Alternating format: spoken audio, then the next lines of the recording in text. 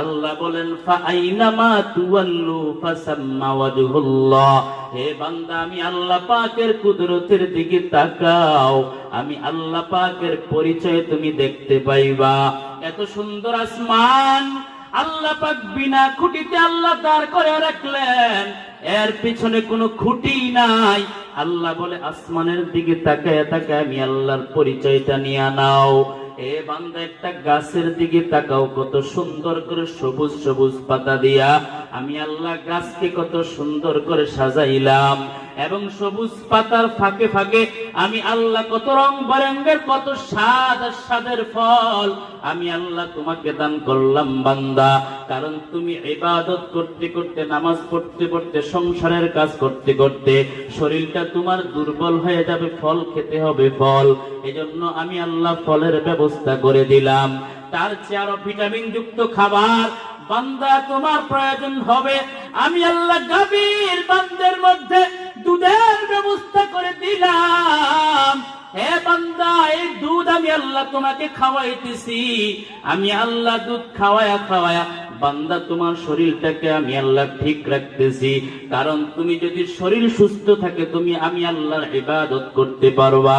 ও বান্দা, এত সুন্দর করে তোমার সবকিছু আয়োজন করলাম বান্দা, এরপরও জাহান্নামের আগুনের ভয়ে এক ফোঁটা পানি তোমার চোখে আসে না কেন? গুনাহ করতে করতে দিলটা বড় শক্ত হয়ে গেছে। এখনো সময় আছে, তওবা কর। এ যুবক ভাই, সাবধান সাবধান, গুনাহগার হয়ে মাওলা পাকের কবরে যাইও না।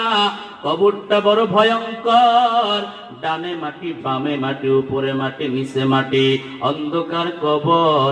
যে কবরের মধ্যে আল্লাহ পাক জাহান্নাম থেকে আগুন পাঠিয়ে দিবে, যে কবরের মধ্যে কমপক্ষে 70 থেকে 99টা সাপ এসে গুনাহগার বান্দার কবরে ভরে যাবে।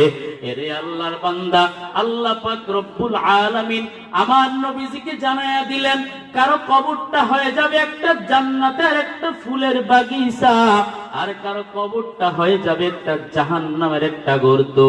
এরে আল্লাহর বান্দা, আল কবরু রাযাতুম মির রিয়াজিল জান্নাহ ওয়া হুফরাতুম মিন হুফারিন নার। নবীজি জানায় দেয়, ও উম্মতের দল, রাস্তা দুইটা, একটা জান্নাতের রাস্তা, একটা জাহান্নামের রাস্তা। গুনাহ করে করে এই জীবনটাকে বরবাদ করিয়া যদি মাওলা পাকের কবরে যাও, দুই পাশের মাটি এমন জোরে একটা চাপ মারবে, চাপের সঙ্গে পাজরের হাড্ডিগুলো চূর্ণ বিচূর্ণ হয়ে যাবে। পয়গম্বর সাহাবায়ে কেরামদের সামনে বসে দেখাইয়া দিলেন, আঙ্গুলের ভিতরে আঙ্গুল ঢুকাইয়া দিয়ে এভাবে দেখাইয়া দিলেন, ও সাহাবায়ে কেরাম, গুনাহ নিয়ে কবরে গেলে এভাবে এক পাজরের হাড্ডি আর এক পাজরের ভিতরে ঢুকে যাবে। আল্লাহ পাক রব্বুল আলামিন আমাদের সকলকে কবরের সামানা প্রস্তুত করে আখিরাতের দেশে রওনা দেওয়ার মতো আল্লাহ আমাদেরকে তৌফিক দান করেন, বলেন আমিন। আল্লাহ পাকের পরিচয় নিয়ে যেন কবরে যাইতে পারি, নেক আমল করে করে নিজের জীবনকে সুন্দর করে জান্নাতের মেহমান এর উপযুক্ত হয়ে আমরা যেন কবরে যাইতে পারি। আল্লাহ পাক আমাদের সকলকে সেই তৌফিক দান করেন, বলেন আমিন। হযরত উসমান রাদিয়াল্লাহু তাআলা আনহু কবরের পাশে দিয়ে যখন যাইতেন, উসমান রাদিয়াল্লাহু তাআলা আনহু এত পরিমাণ কান্না করতেন, কান্না করতে করতে দাড়ি ভিজিয়ে ফেলতেন। সাহাবায়ে কেরাম জিজ্ঞেস করে, হে উসমান, আপনার তো জান্নাতের টিকিট তো রেডি হয়ে গেছে, আল্লাহ পাক তো আপনাকে জান্নাতের টিকিট দিয়ে দিয়েছে, এরপর আপনি কবর দেখলে এত কান্না করেন কেন?